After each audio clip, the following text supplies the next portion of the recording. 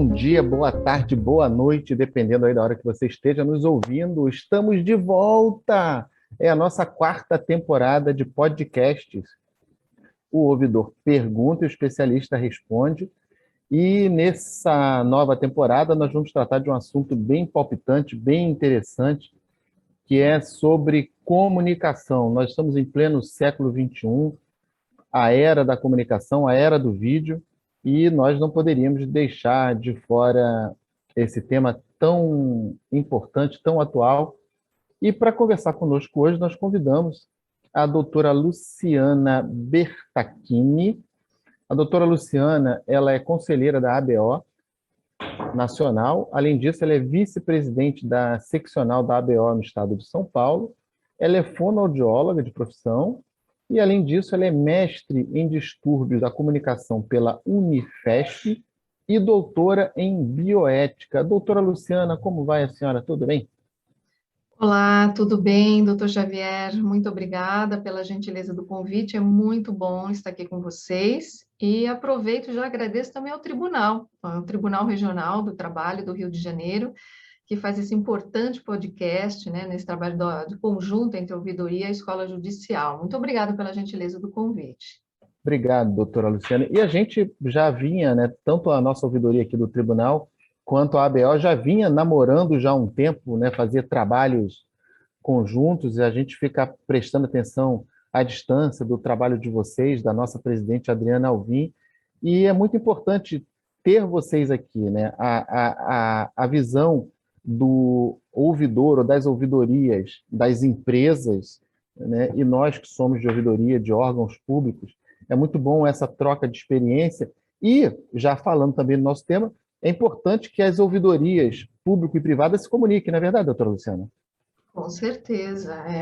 Nós falamos tanto que a ouvidoria, classicamente, é um canal de comunicação, não é? É uma das referências, vamos dizer assim, mais antigas que a gente tem quando se fala do ouvidor como sendo uma área ou uma pessoa que represente o outro através de um canal de comunicação.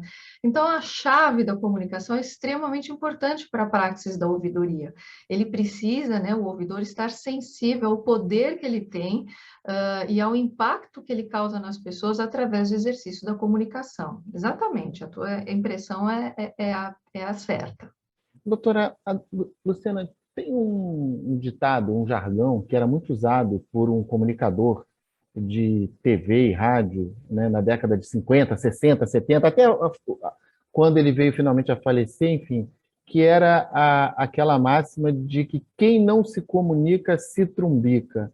Como é que a gente pode usar uma máxima do século passado no século XXI, que é o século da comunicação?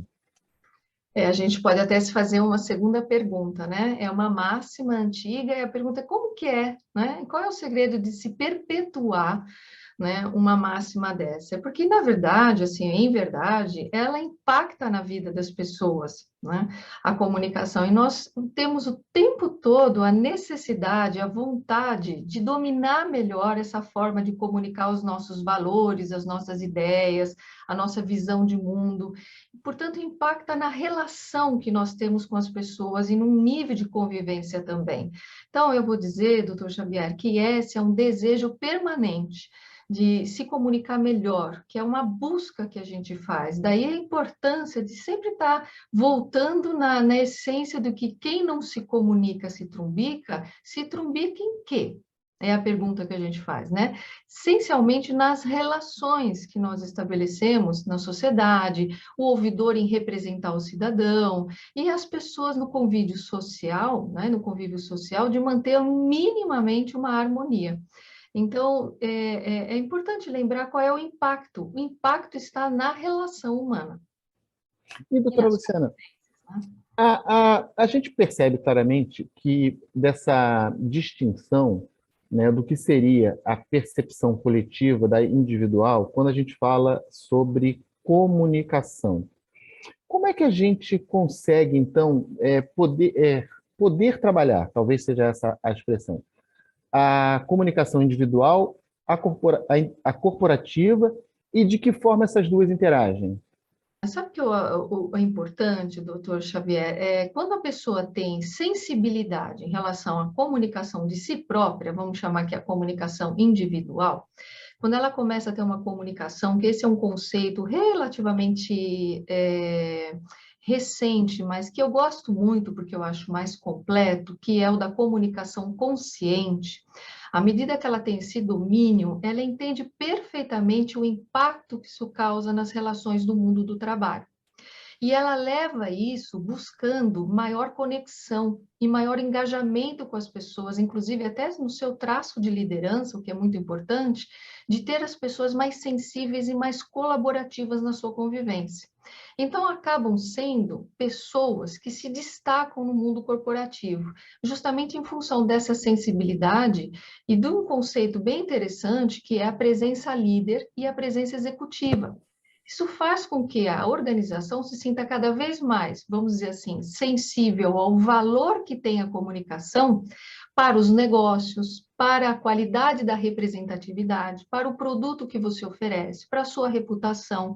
Então, eles se casam, eles se encontram, a contribuição individual num campo coletivo e de gestão.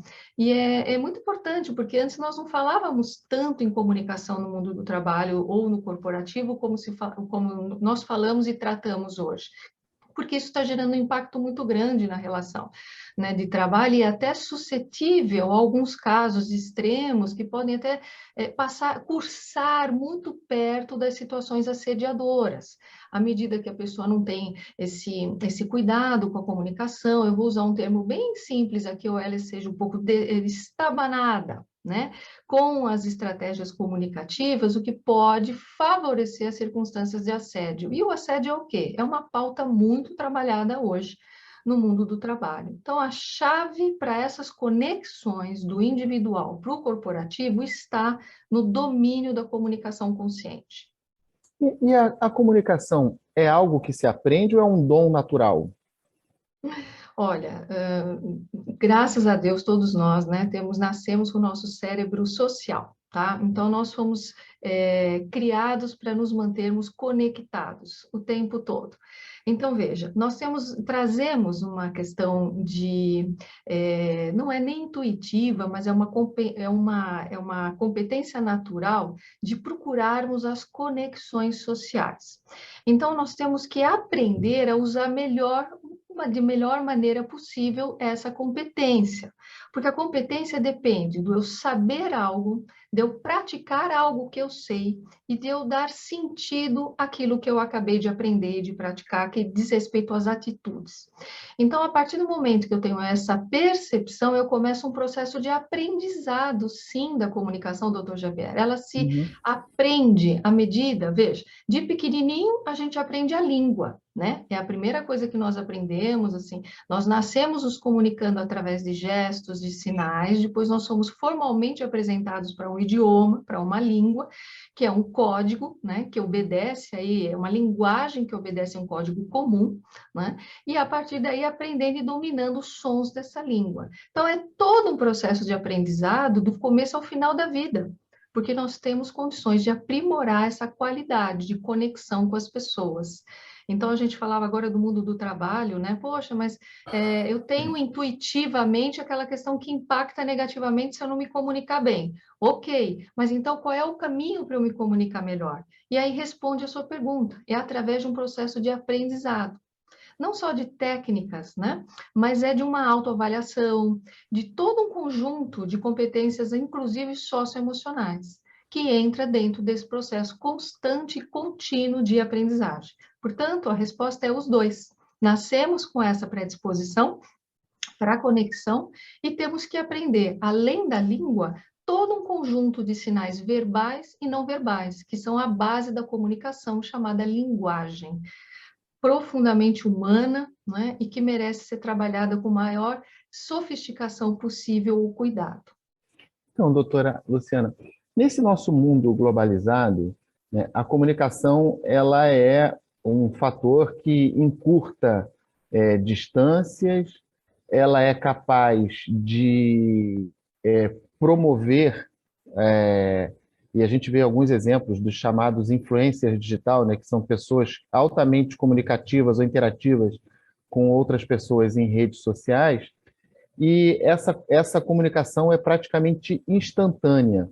A pergunta que eu faço para você é o seguinte: essa comunicação tão globalizada hoje é uma coisa que estressa, é uma coisa que adoece, é uma coisa que coloca a pessoa não tão comunicativa como se estivesse num degrau abaixo de uma outra? Eu vou adiantar a minha percepção quando você perguntou, quando o senhor perguntou, doutor Javier, sobre o estresse. Estressa, sim, mas tem um sentido de existir esse estresse, além dessa percepção assim, intuitiva que a gente tem do excesso, né?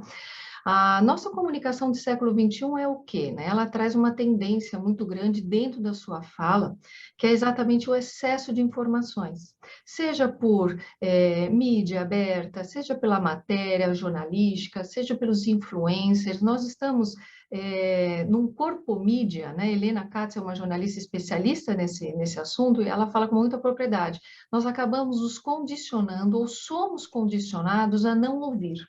O que ela quer dizer com isso? Que nós estamos naquele desequilíbrio de um excesso de informação e, ao mesmo tempo, ele acompanha uma riqueza de informação. Você não tem vontade, às vezes, ler aqueles 10 artigos que você seleciona e não tem tempo? Né? A gente vai ficando meio angustiado, querendo dar conta das coisas, porque as informações também são ricas. Daí vem essa sensação, doutor Xavier, que o tempo está acelerado. Por quê? Porque ele é curto para a gente se dedicar à quantidade de estímulos que a gente recebe. Conclusão, existe um terceiro movimento através, né, desse fenômeno, vamos dizer assim, desse mundo moderno, da tendência da comunicação do século XXI. Você estressa, mas porque você tem uma queda de atenção.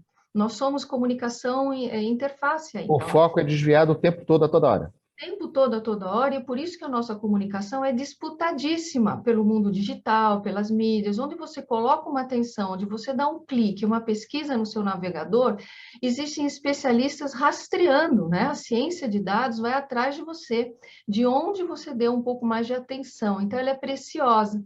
E o paradoxo vem agora, a gente busca, contudo, ser ouvidos, mas não somos. Né?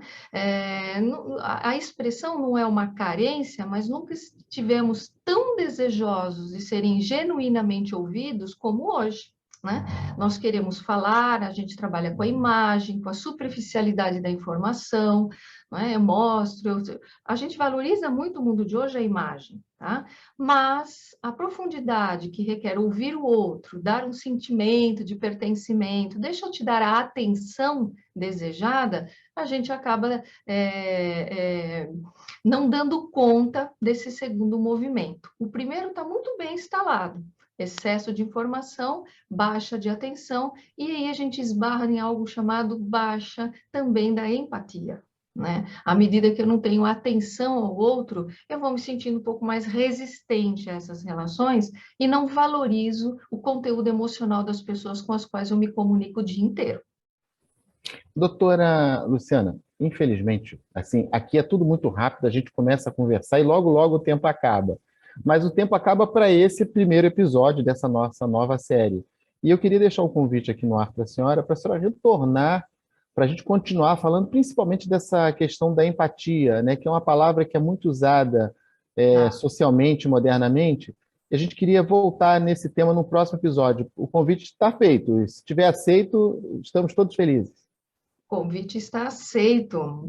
Enquanto o assunto é comunicação, doutor Javier, pode contar comigo. Eu Muito agradeço a bem. oportunidade. Muito obrigado, doutora Luciana. E nós, infelizmente, encerramos aqui o nosso primeiro episódio com a nossa especialista, doutora Luciana Bertacchini, e voltaremos brevemente com mais uma vez falando sobre comunicação e trazendo aqui novamente a doutora Luciana, que muito nos honra com a presença e participação aqui nos nossos estúdios. Então, muito obrigado.